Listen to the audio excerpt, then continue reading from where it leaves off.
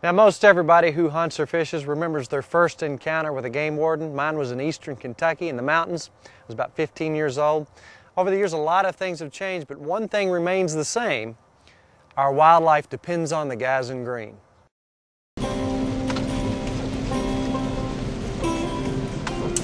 going to make our rounds around the wildlife management area here and do some compliance checks and talk with the hunters and see what kind of participation we got this morning. Pretty nasty. I guess there's just as many turkeys out there on a rainy day as if it had been pretty this morning. Big longbeard out on top of that ridge over there. He's pecking around. We got a job to do without a doubt, and that's to help protect the natural resources of Kentucky. But we're out there also to help people. I'm surprised this guy got this little car up in here this morning. I assume he's a turkey hunter. Yeah, he's got camo on. I was going to say I was going to check on him, make sure he's all right. How's it going? Being able to get out and interact with the sportsmen and talk with people of similar interest is a big part of the job. I enjoy getting out. I guess you want to check me? Yeah, I'll take a look at license and all that stuff if you can get them dug out there. We want to create as safe of an environment as we can and try to prevent accidental shootings. We had one of those opening day last year here.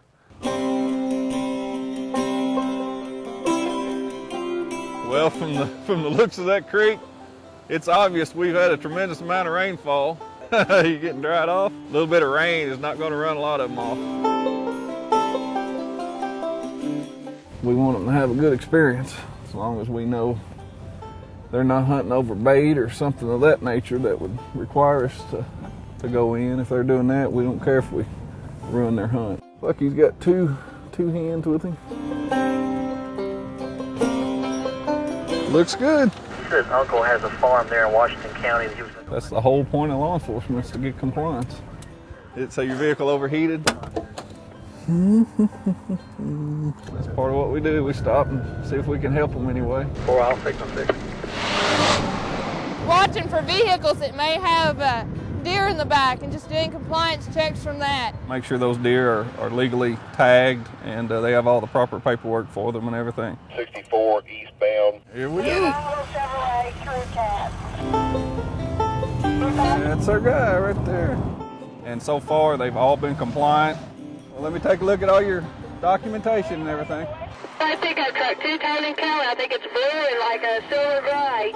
We don't want them to feel intimidated, and if they're not doing anything wrong, they don't have anything to worry about.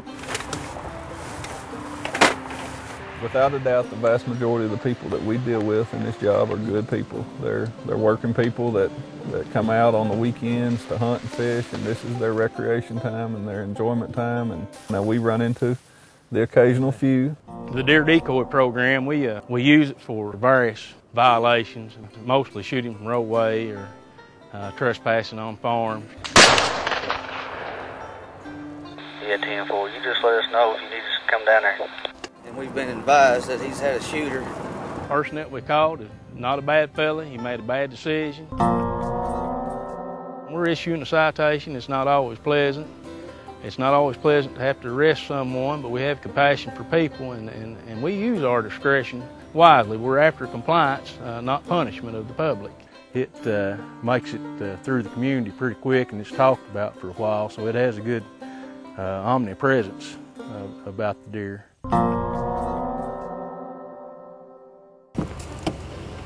We put several miles on a vehicle and several miles on foot out walking, and we cover a lot of ground. You done any good? Scene 3. Scene 3. And growing up hunting and fishing and knowing the enjoyment that it brings, to me, it makes me feel good to see that both other people enjoy it and are still participating in it.